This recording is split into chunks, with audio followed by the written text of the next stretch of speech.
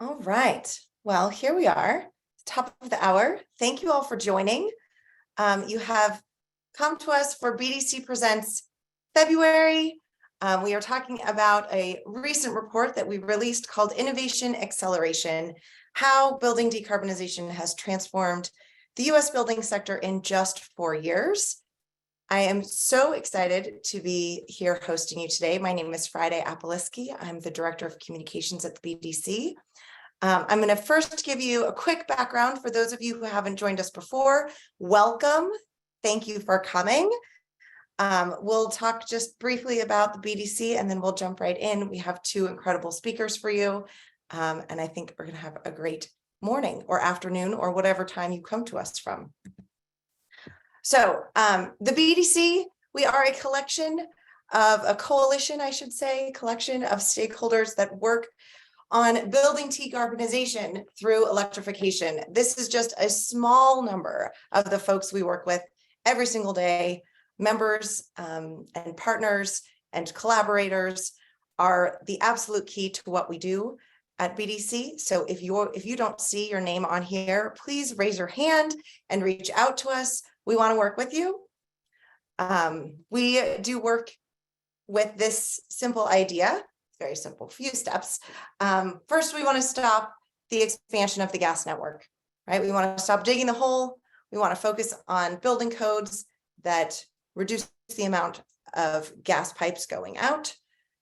And we want to send a clear message to the market about what is happening so that they can be prepared. We want to work with manufacturers, make sure they understand when we're going to stop selling gas appliances. We want to make sure that supply chains are ready and able to support everybody. And we want to raise awareness about building decarbonization through all the different stakeholders. And that includes people in buildings. And we do all of this while ensuring that equity is the absolute forefront of what we're doing. Because if we do this wrong, or maybe even haphazardly well, we really could cause a lot of damage, and we don't want to do that. So we keep equity at the very forefront of what we are doing. And we have some, can you all see we have some roadmap goals.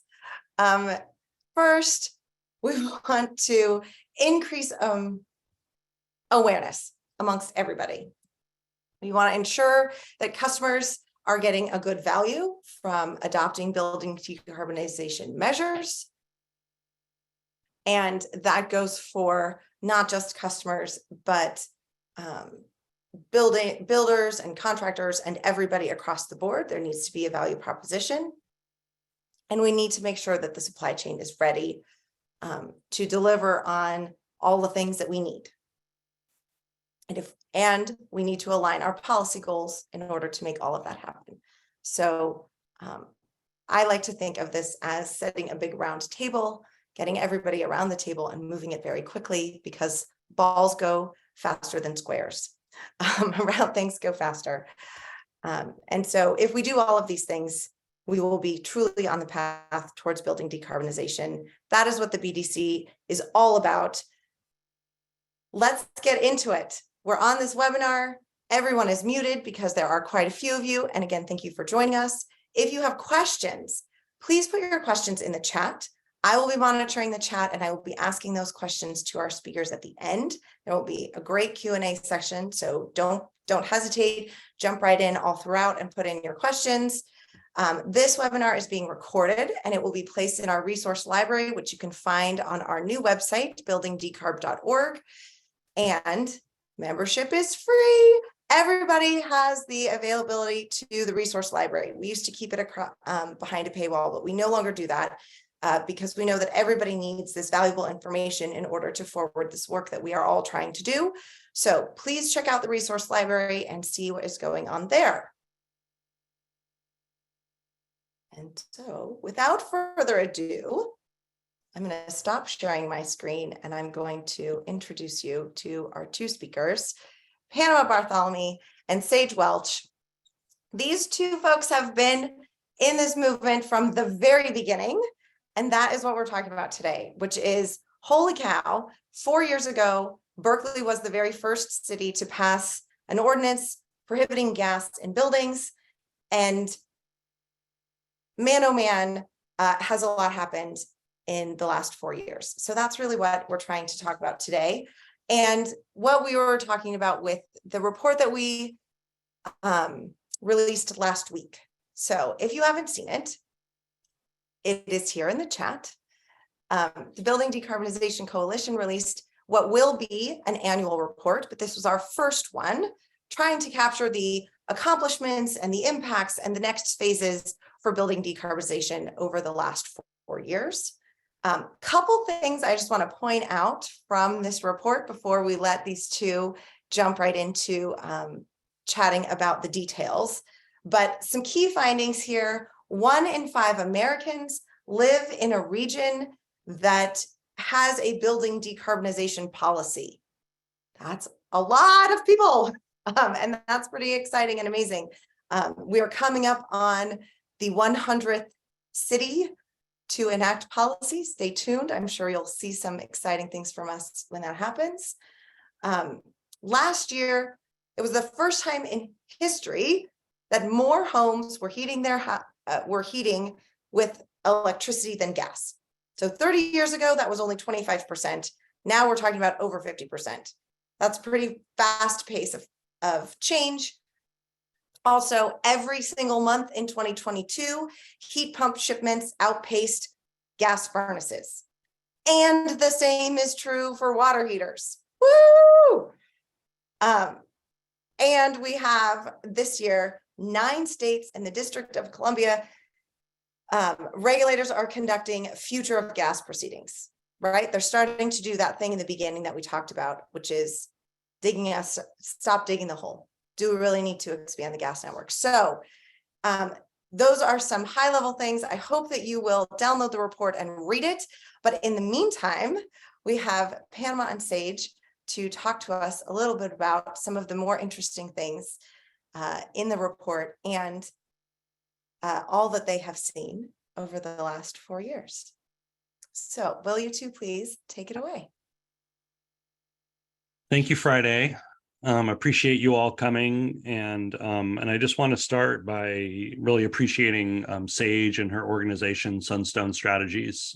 They were the lead authors of this report for us, and they just did a fantastic job really encapsulating 4 years of progress down into one really pithy, great report. We've been getting great responses for it, and so I just really want to thank her staff, Peter Jensen, that led on it, and the organization for putting it together.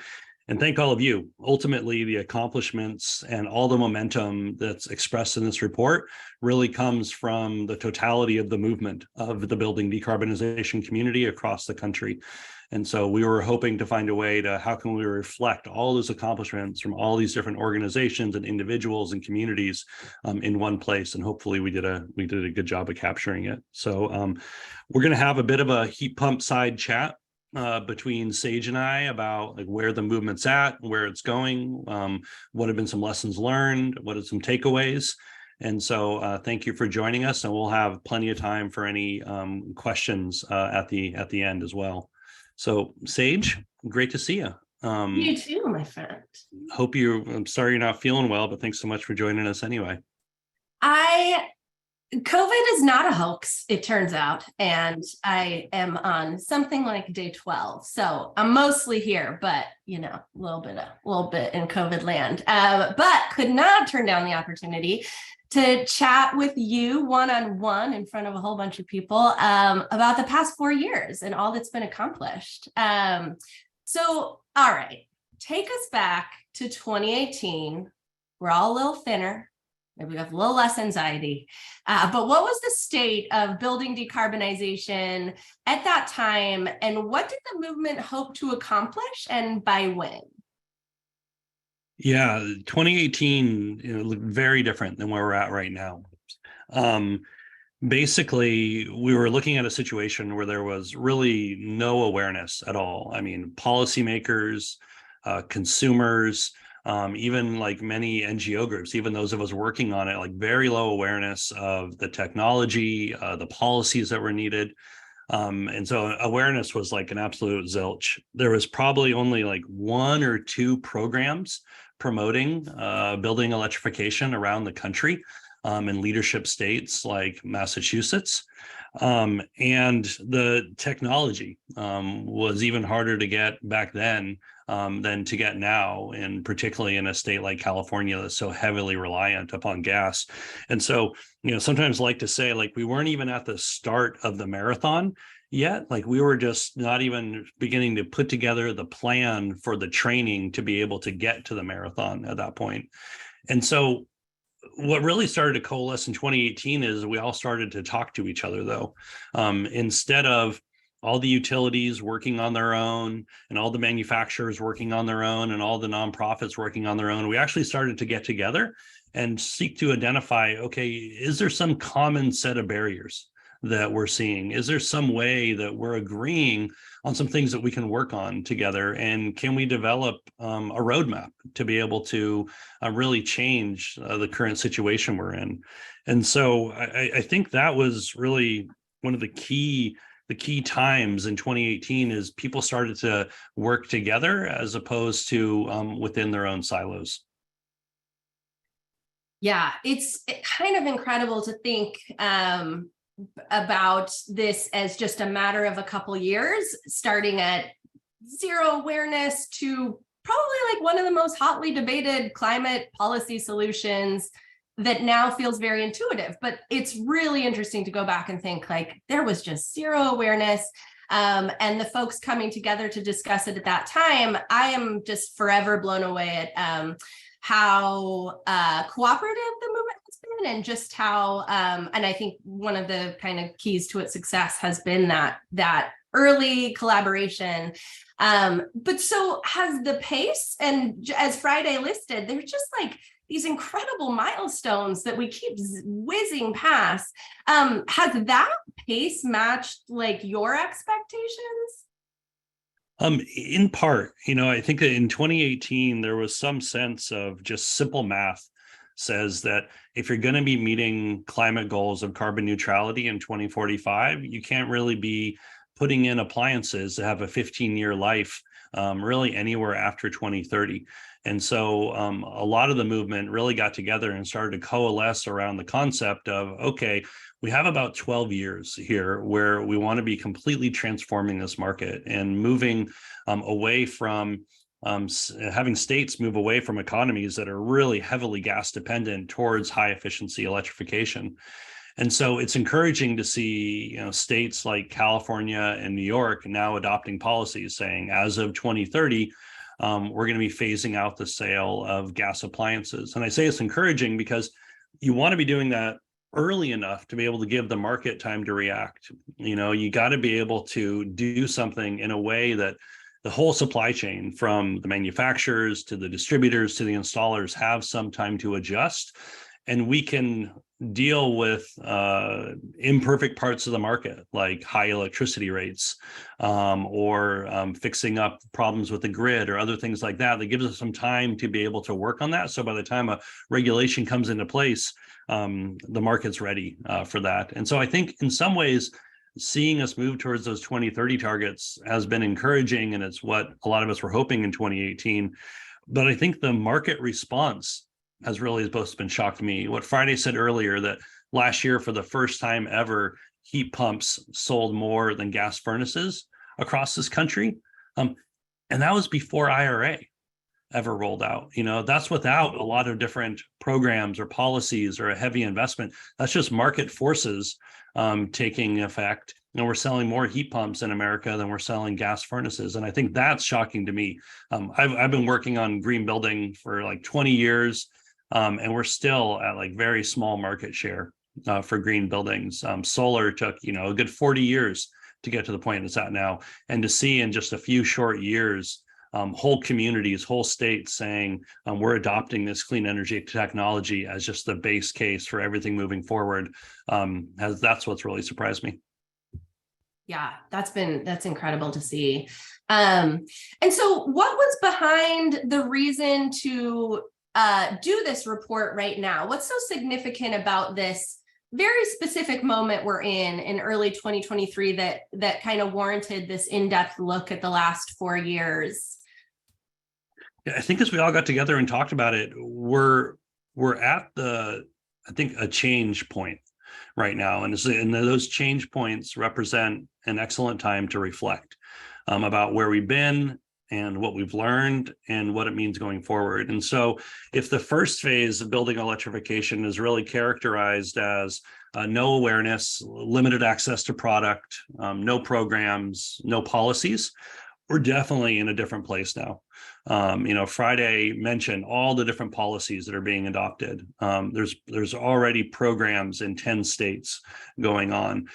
There's a ton of activity. And I think Stovegate, that we'll talk about in a little bit, the explosion of interest in gas stoves and induction stoves in January, I think definitely marked a very big change in issues of awareness around electrifications and the benefit of electrification. And so I would say that it really, to us, represented a good time for us to say, okay, we're moving into a new stage. Let's take stock of where we've been and where we need to go. Also, it was December, so always a great time for an annual report. We had a lot of time on our hands. Yeah, and so okay, so we had our first phase. It was like, this is a crawl to ball spectrum, to maybe probably incorrectly quote Jay-Z, but you got to crawl before you ball. So we're like, we started crawling in the past couple of years. Now we're maybe entering phase 2. We're getting up on our feet. What would phase 3 be? So we're kind of at this mass market turning point. What are the next steps here? Yeah, if you think about the values behind what I think is the building decarbonization community, it's definitely a concern about climate, and we have to meet our climate targets. And that suggests a certain level of turnover of product over a certain time period. We're definitely concerned about doing it right. Like, we don't want building electrification to exacerbate problems that disadvantaged communities have already suffered under, and really we want to put those communities at the front of the line for the benefits. We want to really protect workers. There are tens of thousands of workers that work in the gas industry, and we don't want to suddenly cut them and their families off of really well-sustaining jobs.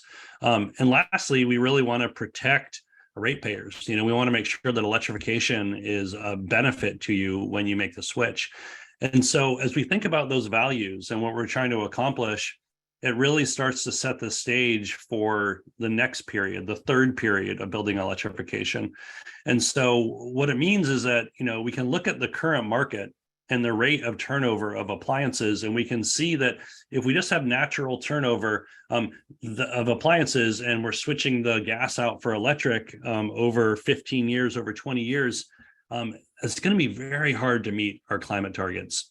It's going to take a long time. We're going to have to keep that gas grid in place and operating basically up into the point where we're meeting our climate targets. And that's not only going to be really hard to manage, but that's going to be very expensive. We're basically investing heavily in 2 major energy systems as we're going about this transition. And it's really going to call into question whether we're going to be able to meet our targets in a timely manner. The second issue is the current approach to building electrification is not a very equitable one. We're basically expecting that we all need to make this transition, and we need to be able to make the investments as a society, but some families are going to be able to more easily make those investments than others. And to be implementing policies that don't recognize that is unfair to communities that are already bearing a disproportionate burden of our economy's fossil fuel dependence. And so we need to be moving towards programs that can really take that burden off of these households. The issue of workers is an absolutely critical one, not only for just the moral obligation to make sure that we're keeping workers in mind, but also just the political reality. In many states with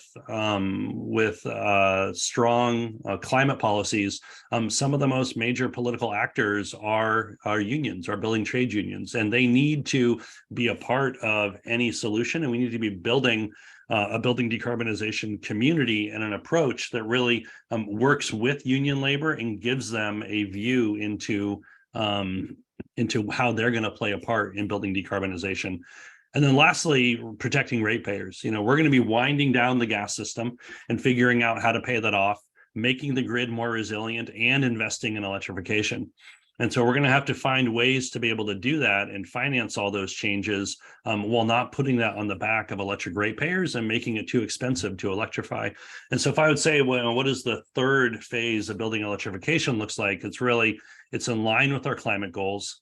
It's protecting communities, it's bringing justice to workers, and is making sure that we're reforming our electricity system, our electricity rates. It's a lot. Yeah, a lot to do. But I think, we're at that point where we can start to really have that conversation, and you work with the existing market as much as we can as we're trying to build the new market moving forward. I got a question for you, Sage.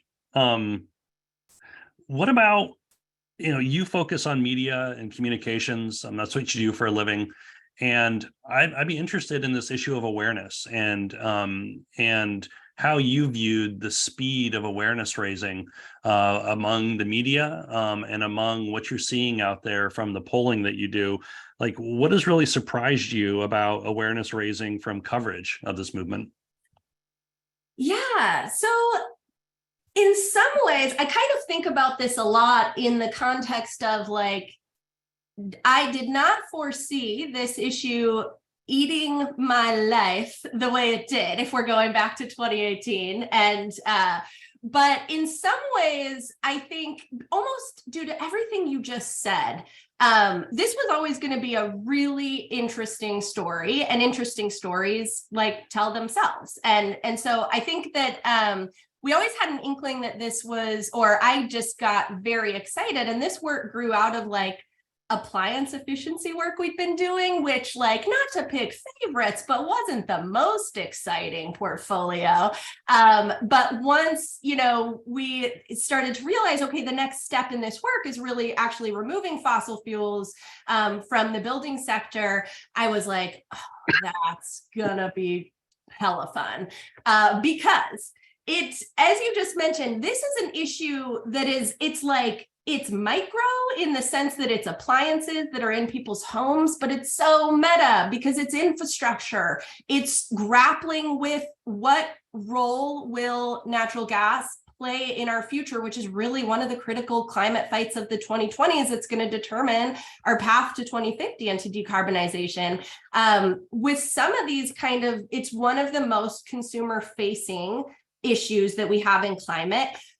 Same with cars, but we had a good 20 years to deal with like EV awareness raising, coming into this work of like, okay, so we have like a couple years to tell everyone that we're like switching how they heat their homes and cook their foods, and all of the benefits that will be within that. But change is really hard. And, the climate movement has never been super awesome at presenting like the value proposition, and or just we're not used to communicating that much with consumers.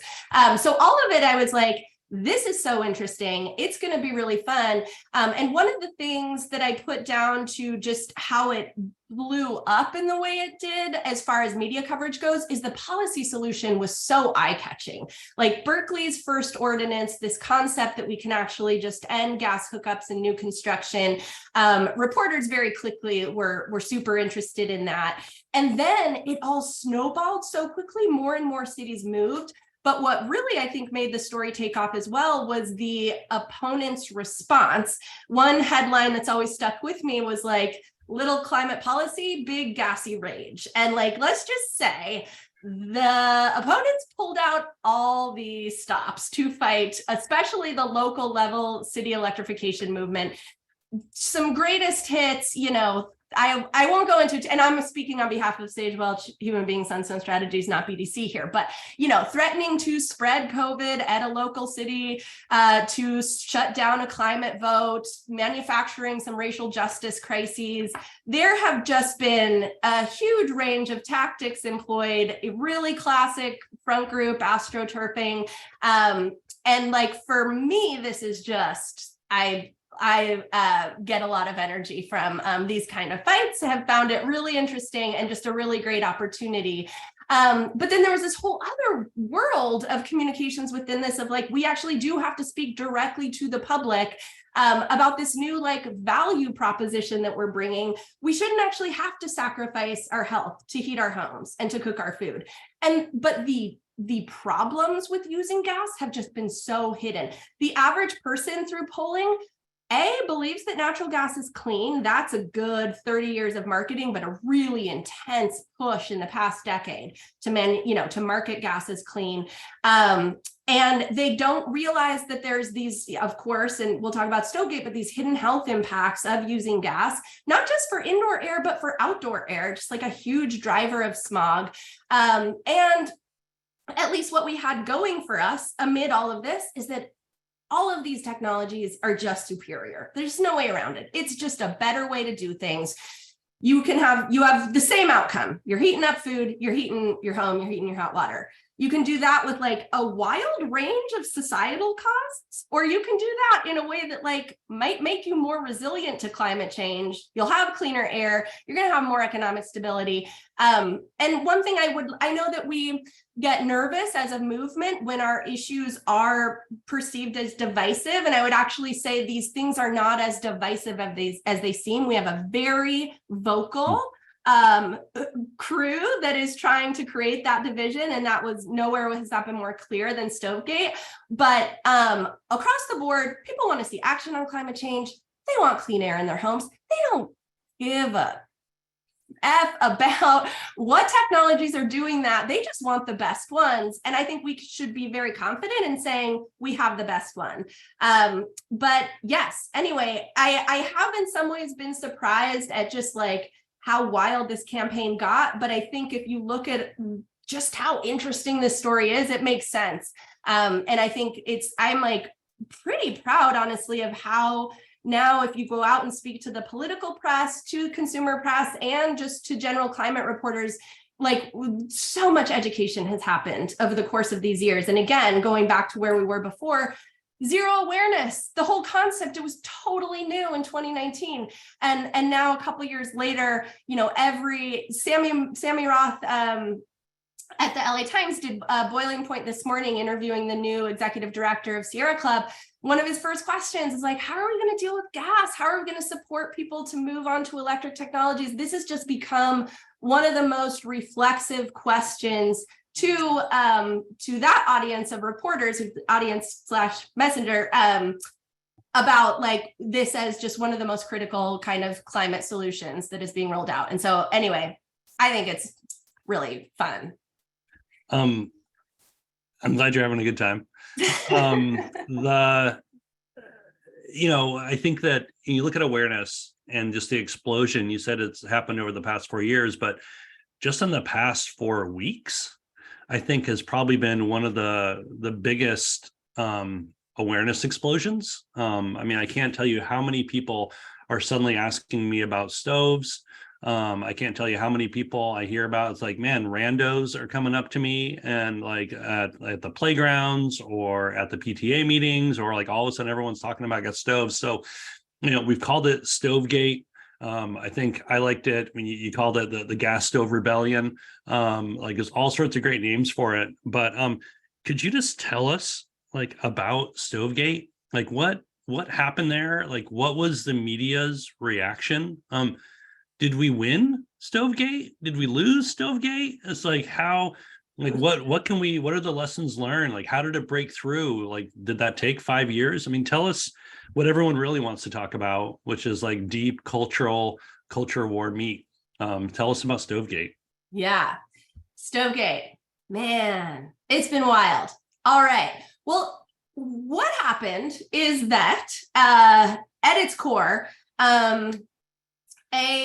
a commissioner, as a commissioner of the Consumer Product Safety Commission, made some comments on a PERG webinar initially back in December, introducing the fact that the CPSC is going to be rolling out an RFI to look at this issue of gas stove pollution. What's really important here is that this is actually not a new issue for the CPSC. The closest we've ever come to regulating gas stoves was under the Reagan administration in the 1980s. There was a huge amount of attention that we've all kind of since forgotten about indoor air quality, what's healthy and what's not, and if fossil fuel appliances were a big problem. Research from a number of government agencies kept turning up this issue of NO2 pollution. Yes, there was some really robust investigations happening at that time. Richard Trumka Jr. just took it to the next level. He used some language. I don't know. We can't say, was that language very precise? Was he just throwing out imprecise terms? But he basically said, look, we're looking at gas stoves. If they can't be made safe, they could be banned. That also corresponded with a number of lawmakers also requesting that CPSC again pick up what EPA had requested that they do back in the mid-'80s, which is really look closely at the NO2 concentrations that were coming from gas stoves, determine if this is safe, and if it's not, how can we make it safe?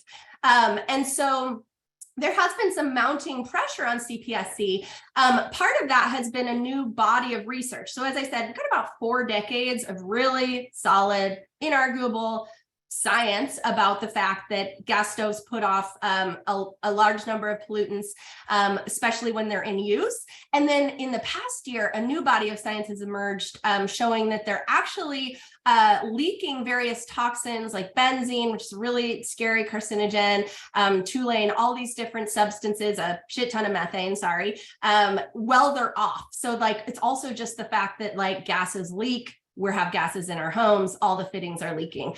And so I think there's been a lot of new attention on this issue because there's new science. And then RMI and a number of other folks worked together on a new study, which put a finer point. It took the asthma risk that we already knew about for children growing up in homes with gas stoves and just applied that to the population that has childhood asthma, and we can say with pretty good confidence that we can attribute about like 13% of childhood asthma in the US to the presence of gas stoves in a home.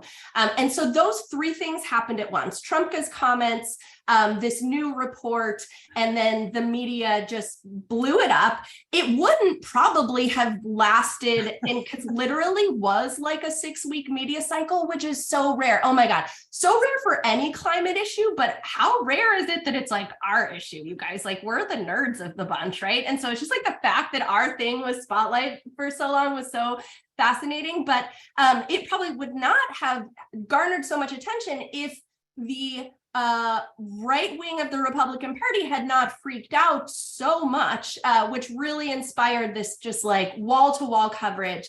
But that's what happened.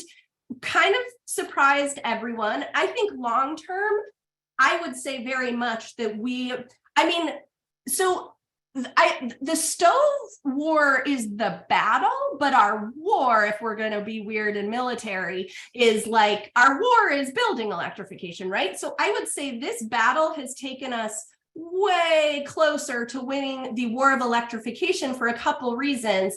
I really don't like this term, I don't know, but one is just the sheer awareness raising. There's like literally been more than 25,000 media stories in the past several weeks about the link between gas stoves, asthma, and what role, consumer protection agency should play in helping us with that. It's not been limited to the political press. It's like so many lifestyle consumer press. Induction has been like having this moment. We see search terms, like people searching for induction has shot up. People searching about gas stoves, asthma has just shot up. And there was never, as a movement, I know we've all been kind of maybe uncomfortable talking about stoves, but we've never had this option not to. And I think back to some of the early media stories, like I remember us all being a little bit dismayed because like every story about electrification had that picture of the blue flame. We weren't going to talk about it, but the opponents were, and the media certainly was. And so, but our biggest issue here is like, we're like, yeah, there is a very real conversation to be had about gas stoves. The health evidence is A, it's real, and B, it's damning. It is damning. And I'm sorry, but you also cannot decrease the NO2 concentration without increasing the carbon monoxide concentration. And we can talk about that another time, but there's just no way that this can probably be safe, but we'll let CPSC decide that. But ultimately, this has been so huge for general consumer awareness. My own personal experience with gas stove pollution is that it really gets in your head. Like you kind of, that blue flame that they spent 100 years advertising and pumping so much money into associating with natural gas, once you start to realize that that could be hurting you, that doesn't go away. And we never, because we don't have the big money advertising, we never could have reached the vast majority of Americans with this message without this totally bizarre viral moment, thanks to, thanks to Ronnie Jackson and a number of other folks. So appreciate that. And yeah, I think that it's been a huge opportunity also for manufacturers. We're opening the door for a new marketing of electric technologies that illustrates, some of their core benefits, which are cleaner, healthier air, et cetera. So it's created pressure. We can't act like it hasn't. Like it's created some political pressure. There's going to be a period of backlash, but ultimately there was never going to be an option to not talk about stoves. We should be really confident when we talk about stoves because there is a problem here and we have a solution to it. And we have no reason to internalize like any kind of shame around the fact that we are out here working to make the world a better place and safer place. So. Yeah, thank you for that, Sage. I mean, there's no better person to talk about, the big picture on stoves and Stovegate. You guys have done so much work on it. And one of the encouraging things that is in the report, I thought that it wasn't all just like fighting over gas stoves, but during that first couple weeks of Stovegate, Google searches for induction stoves reached their highest point ever by far. And so, as you said, like the public awareness is starting to be raised from moments like this. And I think it's a distinct change from where we've been in this movement to where we're going in this movement. And as one example of that, I recently spent some time with a manufacturer of kitchen equipment. And I mentioned to them that Illinois, in the Illinois legislature, there was just a bill introduced that would proposing a warning label on gas stoves. And the CEO of that company like sat back in his chair with like a low whistle and said, and looked around at his executive team that we were meeting with, like they had already had this conversation a number of times, and everybody started shifting and talking all at once all of a sudden.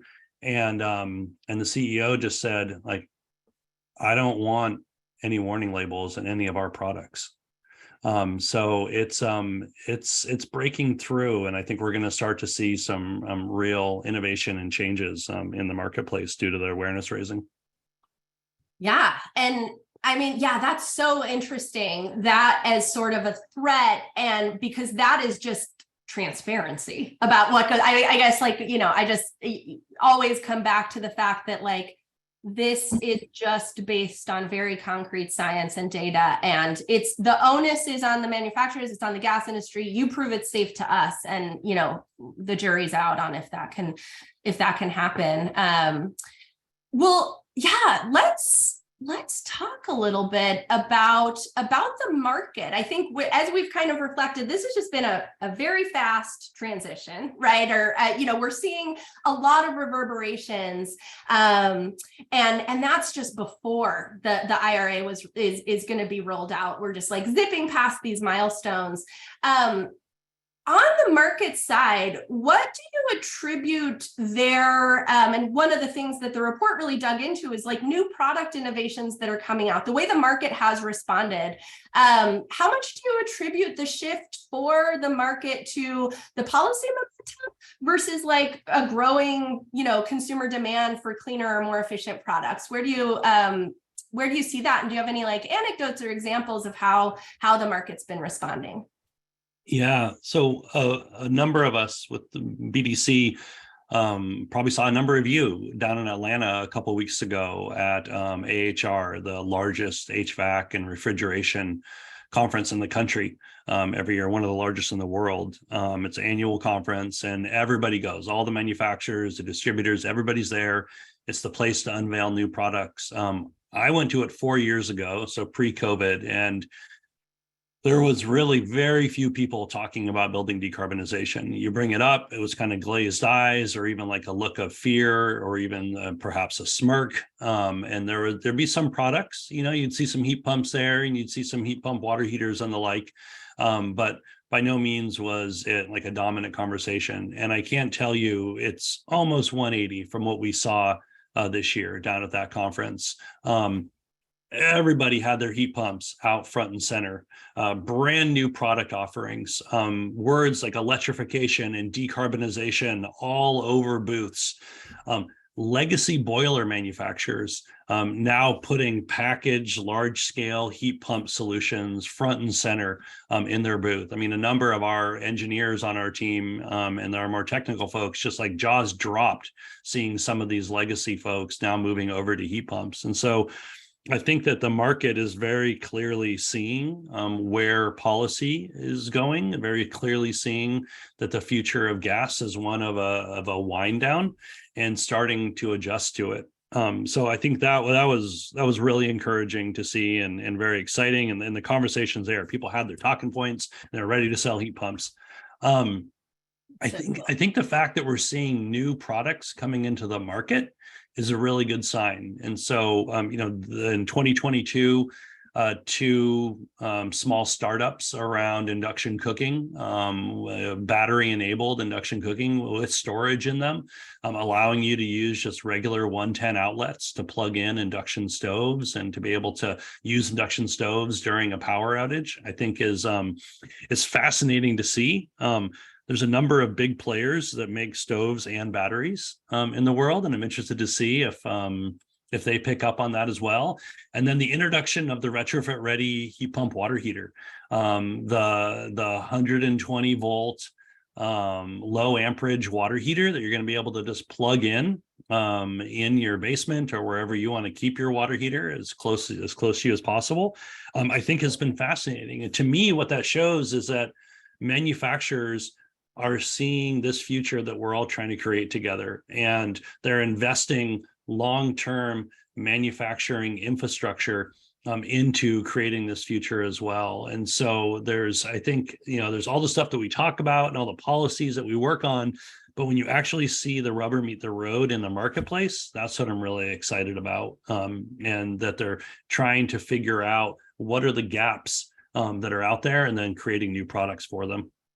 Man, it's so exciting because it's not just that we're getting like lower cost products, which is hugely important, but like we're actually innovating in the process to solve challenges of electrification, but also just challenges of climate change. And so like one of the, again, things that I think is so exciting is that all the kind of electrify everything movement, like we're finally getting to the point where we can explain to folks climate change is presenting enormous challenges to all of our energy systems. Probably better off investing in one, the electricity, the one that we can't live without, right, than maintaining two. But also, like, it's fucking challenging. It's climate change. Like, it's a new world. And so the idea that we can, in the process of cutting pollution and improving air quality through building electrification, we're also going to solve a lot of these resiliency challenges that are coming up because climate change is posing such a threat to the grid. So yeah, like these stoves that can, because it's been, there have been people have had to rely, for example, on the off chance the gas pipes don't freeze, which they often do, but people have been relying on gas stoves during power outages to cook, maybe even for heat, which is just incredibly dangerous and really worrisome, right? And so if we can do the same with battery powered induction, and we can make that affordable and, lead with these policies that are getting those technologies to market, but getting them into the homes for those who need them the most, we're solving for climate while we're improving our resiliency, and we're, actually doing some adaptive responses. And I just feel like that is, again, like that value proposition that only electrification offers. Like, you are going to have a fleet of electric school buses in your neighborhood. Those buses can be batteries. Like, we are creating a safer world amid a lot of terrifying events. And there's going to be challenges in the process, but we're getting there. And I just think that's so exciting. And so I love that the market's responding, not just by making more electric products, but making these really innovative electric products that in the long run are going to keep us safe.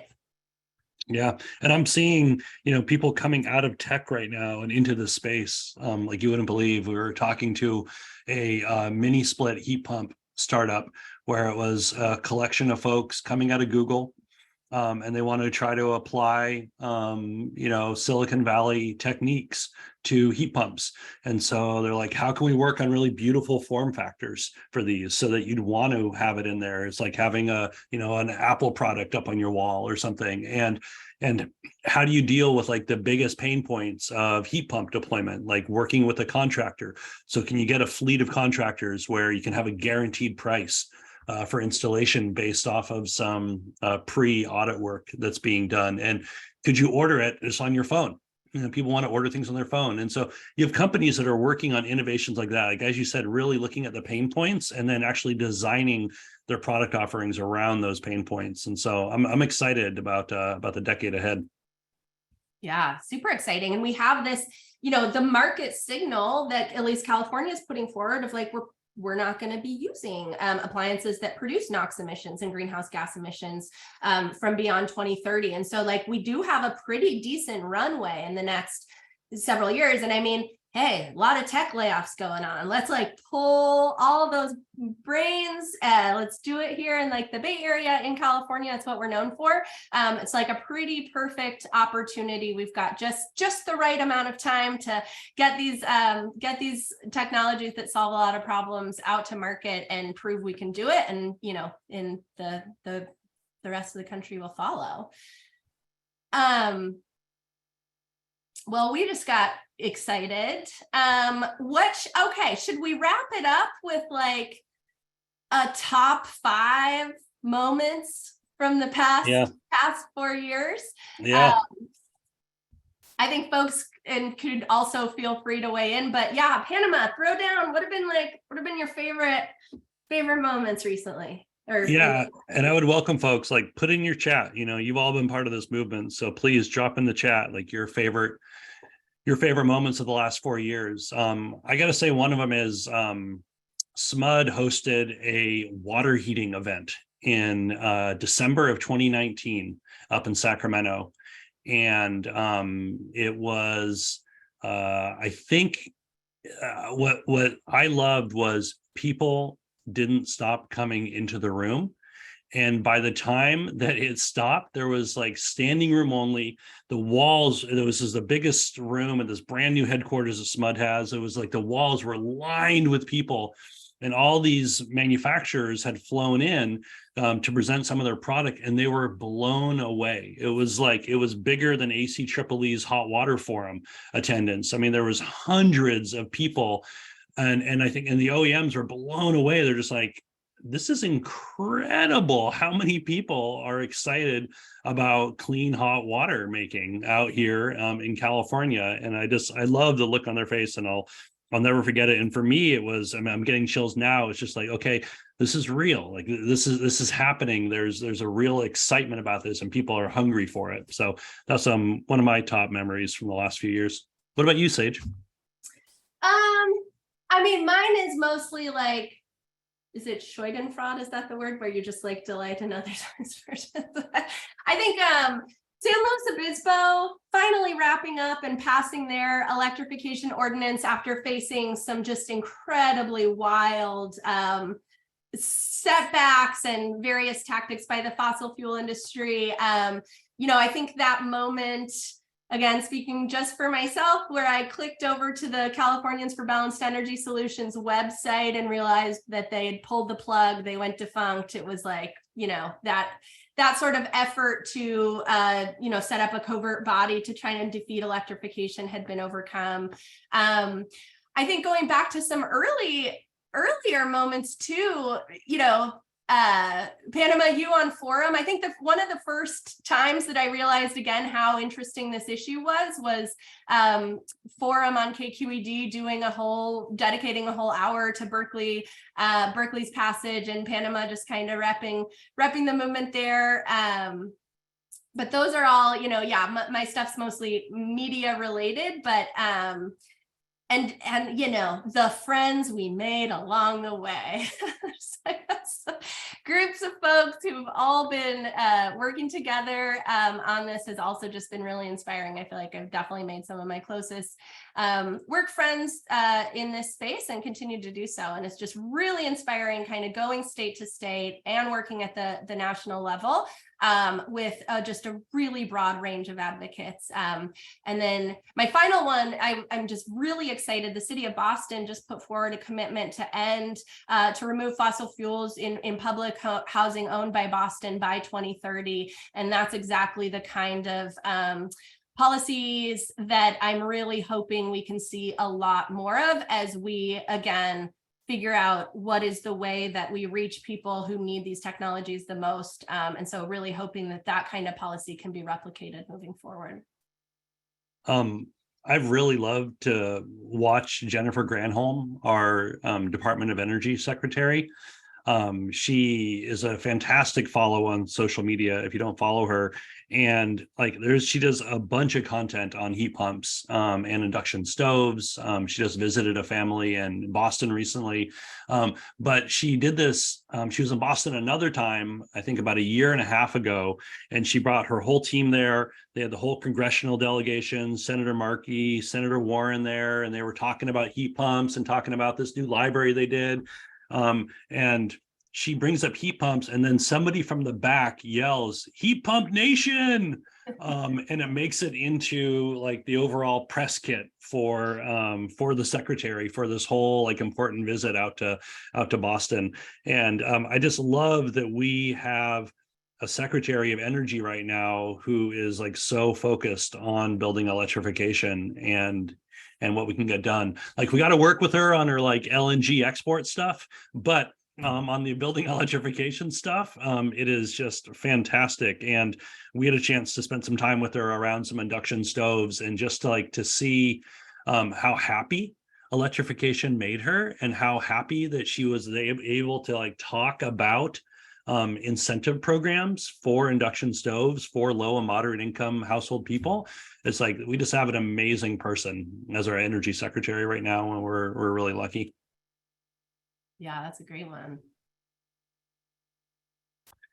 Well, folks, thank you for joining us. You know, hopefully you've had a chance to look at the report. And you know, while we put the report out, we really wanted to make sure that it was a reflection of the movement. And it's really taken a movement to get us to this point.